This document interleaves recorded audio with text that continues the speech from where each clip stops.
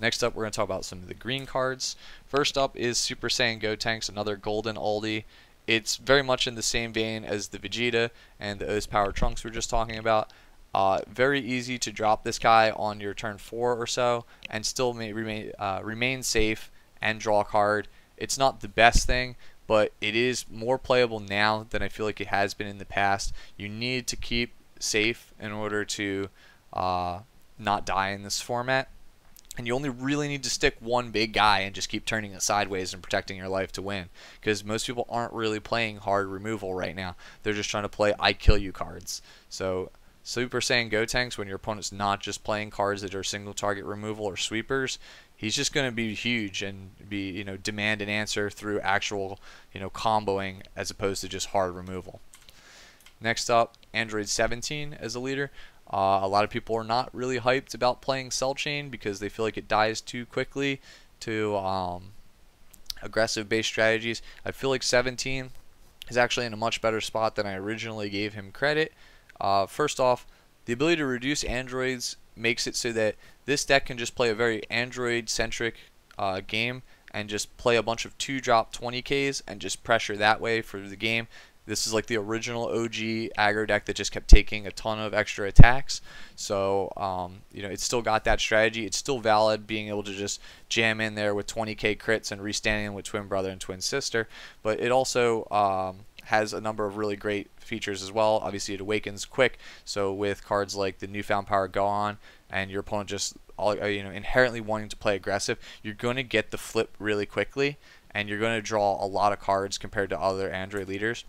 It also has access to some amazing defensive tools that I feel like a lot of people have forgotten about.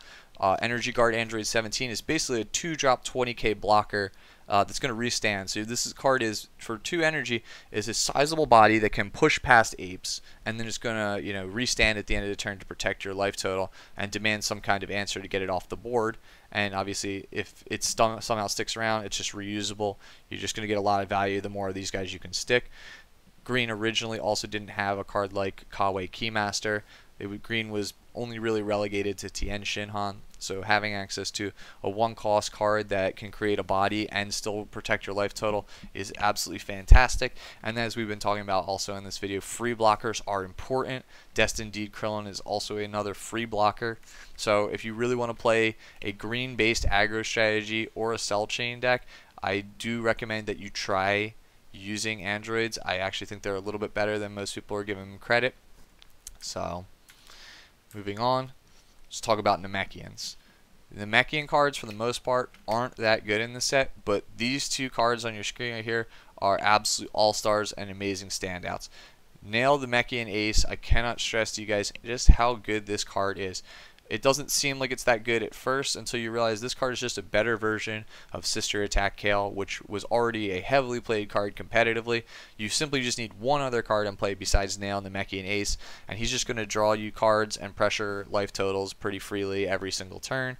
And obviously, if your opponents are trying to kill the Nail and the Namekian Aces instead of going for your face, then you've already won. You're slowing the game down by forcing your opponent to answer your threats, which in an aggro-based format, that's usually good for you and bad for your opponent. So just Nail, absolute all-star, arguably the most useful Namekian card in the set.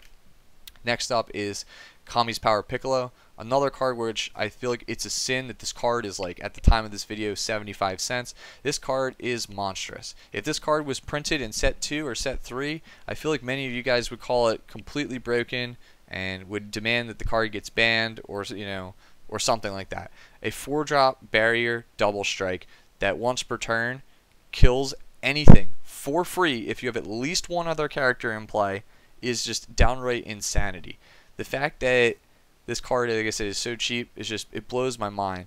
I know Analaza is getting quite a bit of hype, but Piccolo is basically the alternative, or like a different version of Analaza. Analaza is really good in a lot of matchups, but there's some where your opponent, like Massan, where your opponent doesn't really care about their hand, and even a card like Baby, like a deck like Baby, they can very easily play around Analaza, whereas it's very difficult for a Baby deck to win without battle cards in play. So sticking 1 to 2 Kami's Power Piccolos, if you can get that far, just ensures your opponent can never have a board pretty much for the entirety of the game, and he's got a pretty big body that does quite a bit of damage over time. So yeah, and because he has barrier, your opponent's going to have to, again, attack this card and spend real resources from their hand to try to remove it, which is, again, really good for you as a player, and it's really bad for your opponent.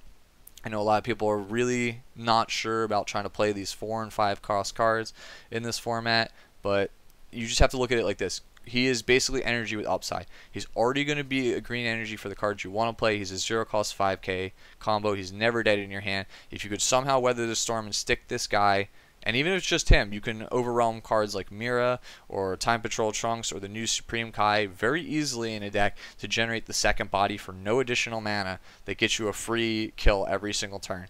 Just absolutely amazing SR. I think he's one of the best SRs in the set. I think he's incredibly slept on, and I'm like appalled that he's so cheap, and his SBR ranges from somewhere between $4 to $10 at the start of, or I should say at the timing of this video.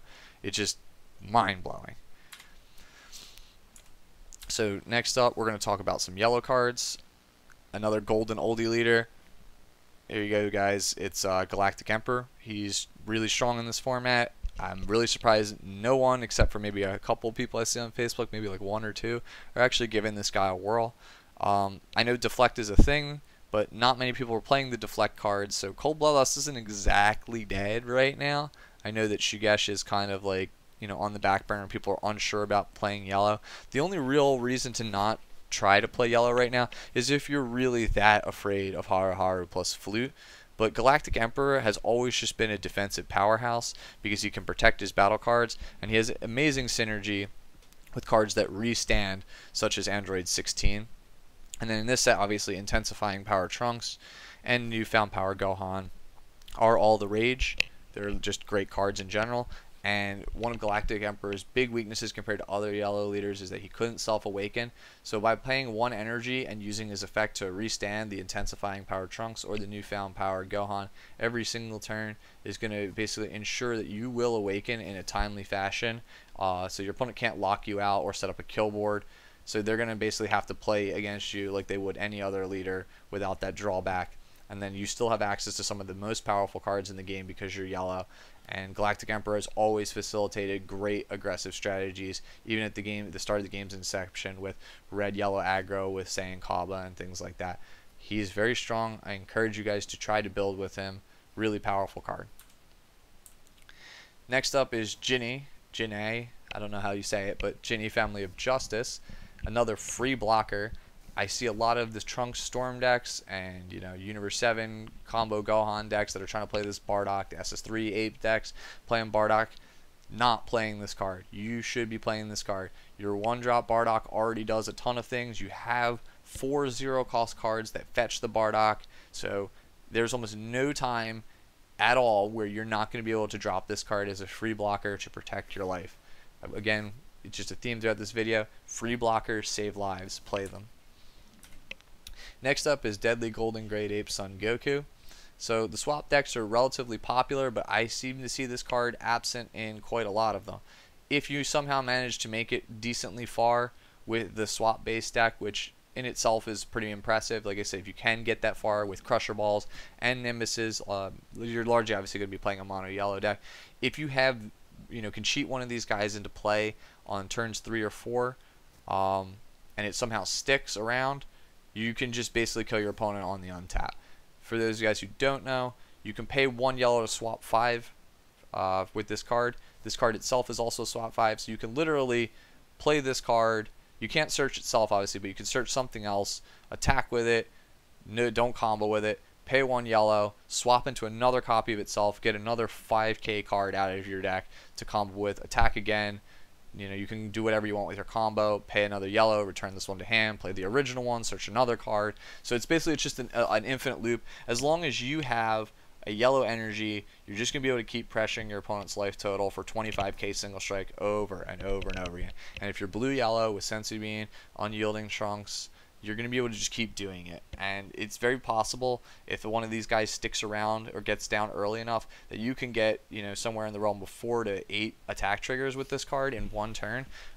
It's very difficult for anybody to be able to block a 25 to 30k single strike attack repeatedly over the course of a turn. If by the time you're hitting with like the 5th, 6th, 7th 25k single strike in a turn, it's just really hard to deal with. They're just not going to be able to do it. They're going to end up breaking, and they're going to end up losing the game. So, more yellow cards that I don't see people playing that I think are pretty underrated. Fledgling Talent Pan. I haven't put too much stock into playing this card, but I can't find a fault in a card that literally is 1 mana, discard a card to draw a card every single turn. Fuels Overwhelm. Your opponent's not going to want to spend premium cards on it. It's just going to cycle and find you the cards you see faster. It's probably the worst of the 3 cards here, but it's still a really solid card. I'd like to see more people try and experiment with it.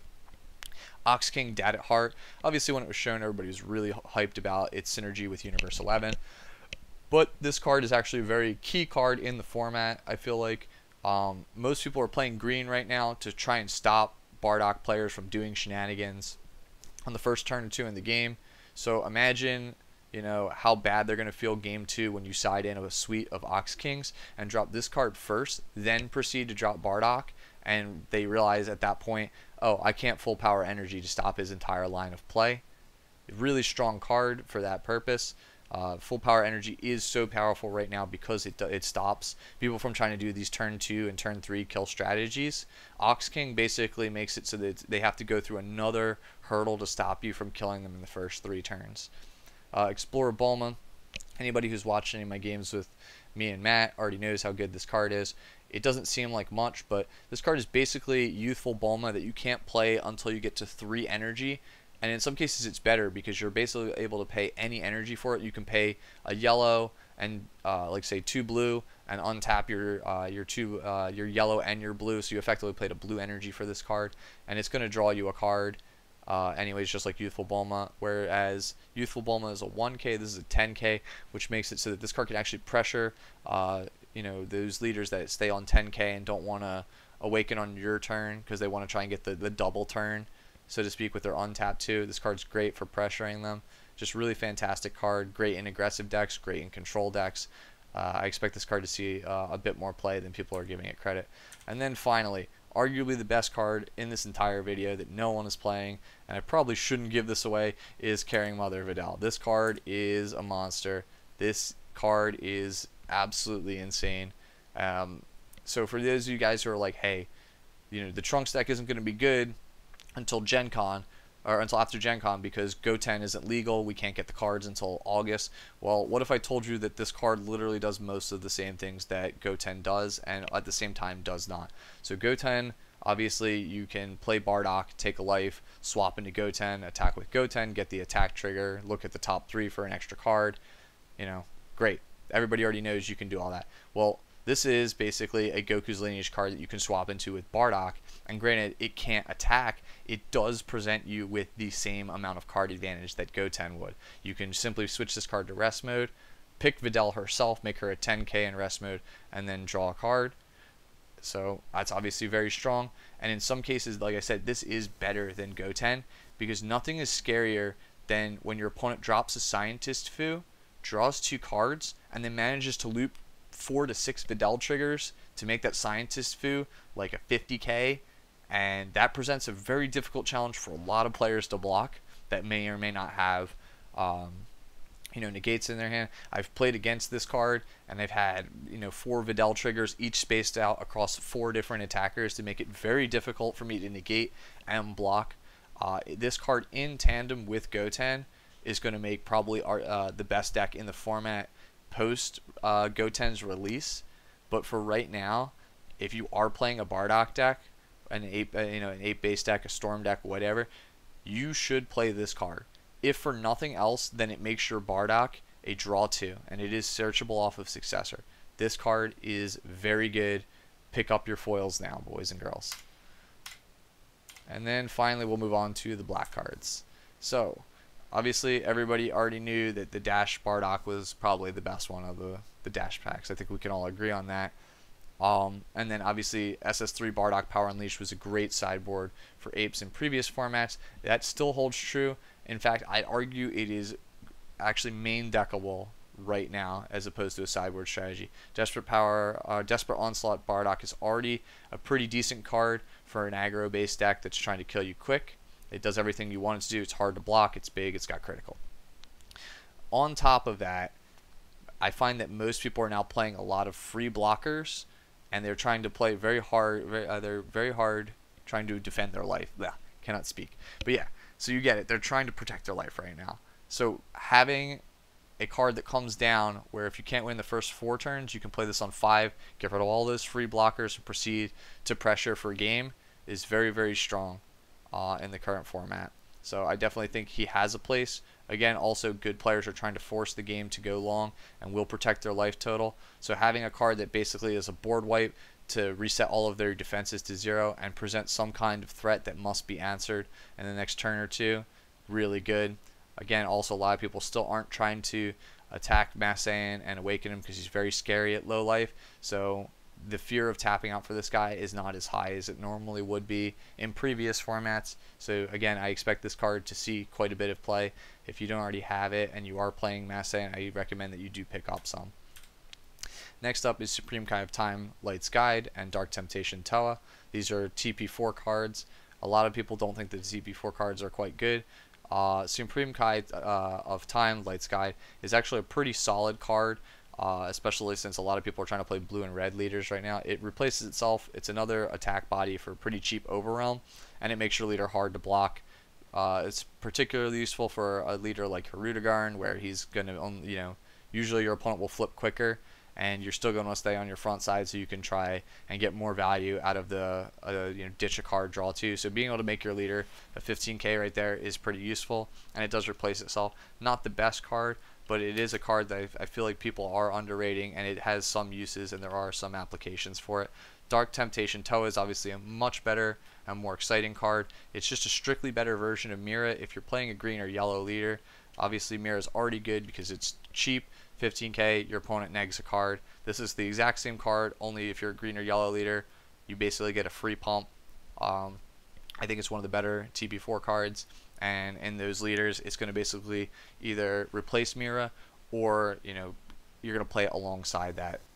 Speaking of Toa, Toa has just fantastic cards all around in the set. Dark Rejuvenator Toa is a card that's starting to pick up steam, and people are starting to realize just how powerful it is in aggressive based strategies. The ability to pay 1 colorless for another attacking body, and also untap something like, say, an Intensifying Power Trunks to get another card, to possibly self-awaken, to pressure your opponent's life total more. It cannot be understated just how strong this is in an aggro based strategy. And then Umbral Invitation Toa is a card I see like nobody talking about or playing. If you're playing Mass Saiyan or Mira or a heavy black based strategy, Demigra, 1 energy for a 15k that stays forever, that steals a 3 or less cost is nuts. Again, we were talking about how great SS3 Bardock is because it gets rid of all the free blockers. Well, imagine if you just mill over cards with Mass Saiyan and you just happen to have 4 in your yard. You can pay 1 to get an extra attacking body and steal their Legic, their Dauntless Kale, their Mai, whatever. Take their free blocker and you keep it permanently. So now, for your 1 energy investment and 4 cards in the yard, you get a permanent attacking body, and you just stole their defense, so you get a free punch through on their life, and now that defense can be applied to your life. So you're protecting your own life. You get so much value for this card for just 1 energy. It's probably one of my favorite cards, if not my favorite card in the set, except for Flute. I mean, Flute's broken, but Flute's awesome. It does so many cool things. This is one of my favorite cards, like I said, if not my favorite in the set. Really powerful. Toa cards just in general have really unique and awesome effects, and I really just don't know why more people don't try and play her. And then I believe finally we have the elephant in the room, which is Time Control Cronoa. Card's very powerful. You guys already know how good it is. Everybody talks about how it's amazing, and it's the Shigesh killer, and it draws a card, and it's got deflect, and all this great stuff. That's great. Everybody keeps talking about it. Nobody's playing it. If you guys aren't going to play it, this man's going to just see a resurgence. People, in fact, are already playing 2 to 3 Shigeshas in their yellow decks because everybody keeps thinking yellow's dead. So the yellow players are just showing up with their old veggies decks with 2 to 3 Shigeshas in it and still just doing the same old degenerate things. And you guys are like, well, I forgot to sideboard Cronoa, or oh, this tournament's best of 1. I'm not playing Cronoa. Like, if you're not going to actually play the Cronoa, then what's the point? Shigesha's still going to reign supreme. I'd argue that yellow veggies is probably still the best deck in the game if people aren't going to play Cronoa. So, as a final, parting word, consider playing Cronoa. Consider playing a lot of the cards in this, list in this video. I think they're all really good and worth your time. If you guys enjoyed this video, consider giving me a like and leave me a comment below and let me know what cards I may or may not have missed. If you really enjoyed this video, please consider subscribing. It would help me out a ton. As always, guys, my name is Pat. I'll see you guys in the next video.